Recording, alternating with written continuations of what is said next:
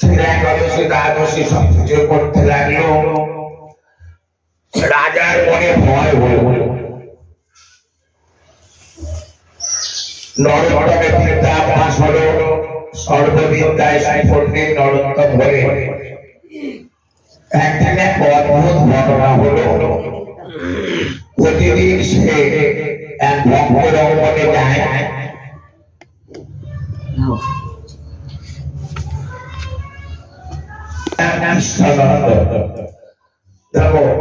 যেখানে তাকে লোকের চিন্তা মনে ভালো। কোন ছোট থেকে মানে রাজ সুখ রাজ ভোগ তার বিরক্তি, আর কৃষ্ণ ভক্ত কৃষ্ণ কথায় আসক্তি। রাজার ছেলে যেখানে রাজ সুখ ভোগ করবে সেটা তার বিরক্তি, আর আসক্তি কিসে? কৃষ্ণ ভক্ত কৃষ্ণ কথা কৃষ্ণ ভক্ত করে। সেখানে যায়, সেখানে গিয়ে বলে আমার কিন্তু বিদায় গৌরের কথা বলুন, আমি তো বিদায় গৌর পঞ্চতত্ত্বের কথা শুনতে চাই। শুনতে শুনে যাই ও বালক একদিন স্বপ্নে গৌরাঙ্গানন্দ দর্শন হলো, আনন্দ হরি হরি নিত্যানন্দ প্রভু এলে। তাই সাধনে বলা আছে ভজ ভজ নিতাই ভজ, নিতাই ভজলে গৌর পাবে, গৌর ভজলে ব্রজে রাধা কৃষ্ণ পাবে। ভজ ভজ নিতাই ভজ, নিতাই ভজলে গৌর পাবে, গৌর ভজলে ব্রজে রাধা কৃষ্ণ পাবে। নিত্যানন্দ এলেন, দর্শন করে নিত্যানন্দ অবশ্যই ভালো হাও হাও করে বসতে লাগলো। একবার দেখা দিয়েছ, আবার দেখা দাও। নিত্যানন্দ এসে বলে তুমি অল্প দিনের মধ্যে গৌরের দর্শন পাবে। সেই মধ্যরাতে গৌর এসে তাকে দর্শন করিয়া প্রেমানন্দে বলে হরি হরি। গৌর চান করলে হে ভালো, তুমি কাইনে পড়া নদী থেকেও মানে একটু আপনাদের বাদ রেখেছি, ওই যে প্রেমটা জমা রেখেছিল না, সেই প্রেম আমার মহাপ্রভু ওই রাস্তায় গেলাম, পদ্মা নদী আছে, সেই পদ্মা নদীকে ডাকলো, পদ্মা পদ্মা প্রকাশ হলো। পদ্মা বলল কি প্রভু? তখন গঙ্গা পদ্মা তো গৌরের দাসী, বলো প্রভু তোমার চরণের দাসী কি আমরা? গৌর বলে পদ্মা লহ লহ প্রেম ধরো, নরোত্তম নামে ভক্তরে এই প্রেম দিও।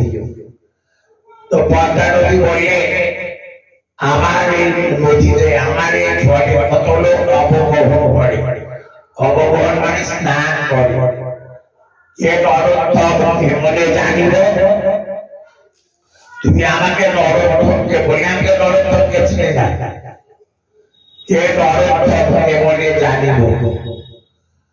মহাপ্রভু বললে যাহার পরশে তুমি অধীর শ্রীবা, সেই নরোত্তম অন্তরে জানিবা।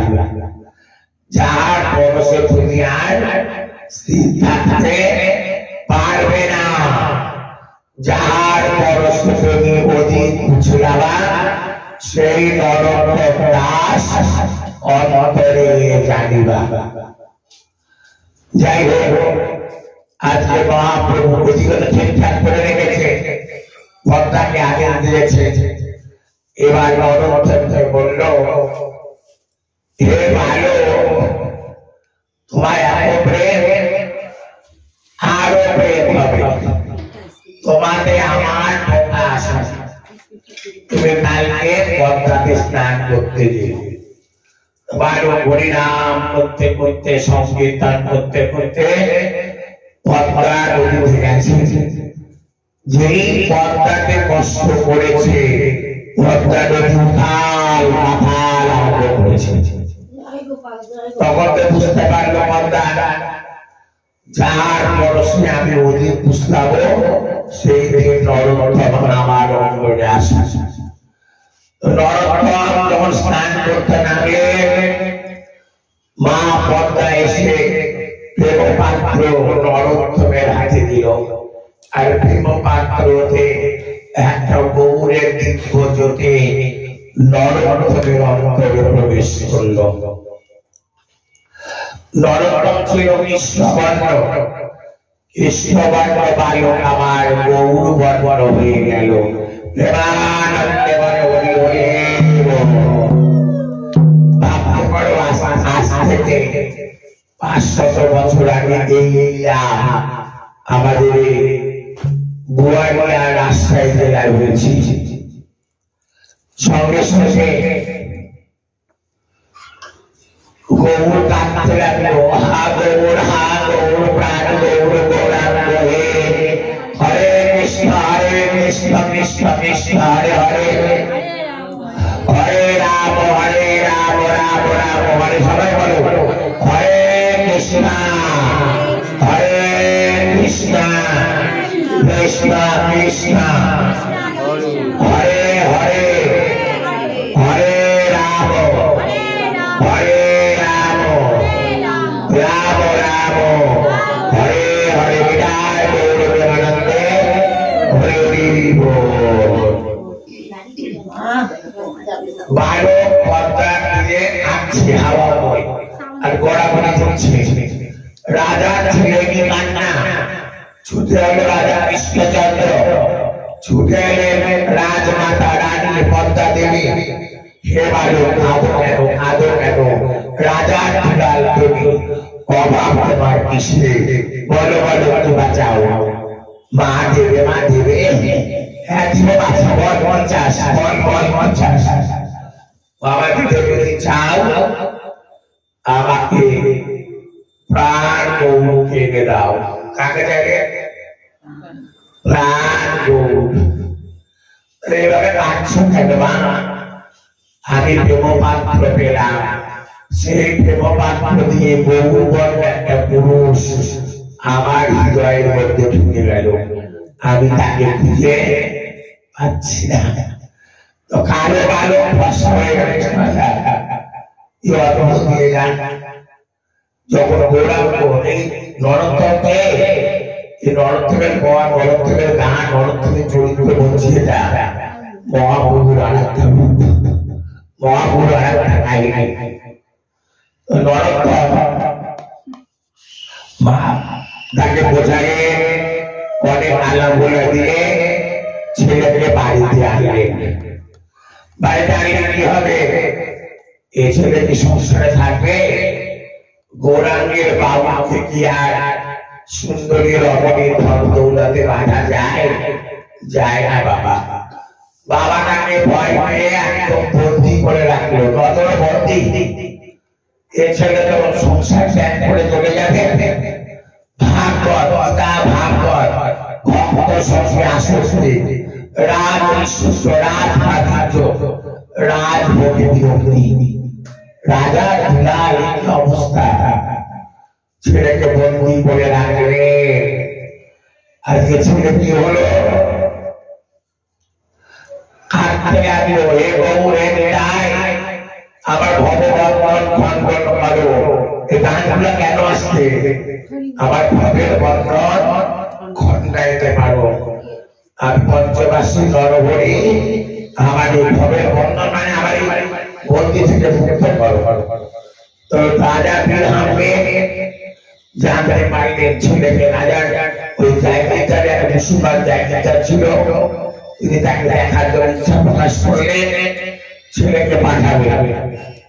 ছেলে দেখলো যে এটা তো বাবার একটা সোজা রাস্তা, তাই যখন তাকে বন্দি অবস্থায় নিয়ে গেল, একদিন সকালে যখন সবাই ঘুমিয়ে আছে, তখন গৌরবাবু বলল তুমি বৃন্দাবনে যাও। তখন যখন প্রভুরা ঘুমিয়ে পড়লেন বনপথে, সে তখন পালিয়ে গেল, আবার ধরে আনিল। পথবার আর তিনি ভুল পথ করল না, রাজপথ না গিয়ে গণপতি ছুটতে ছুটতে বৃন্দাবনে গেল। প্রেমানন্দে বলে হরি হরি। মাঝপথে ছেলে অনাহার, রাজা দুলাল পায়ে ধূসা পড়ে গেছে, হাঁটতে পারছে না, অনাহারে গাছের তলে বসে আছে। আমার বউ এক পা করে মুখ ধরে বাড়িতে দুধ সেবা দিলেন। যখন খাচ্ছে না, রূপ সনাতনকে পাঠালেন। রূপ সনাতনকে বলে ভালো, তুমি না বৃন্দাবনে যাবে, তাহলে দুধ খেয়ে নাও। দুধটা খেলো, তবে তার কথা অনন্য চিন্তায় নিজ মা নিজ না পঞ্চ মাস হতে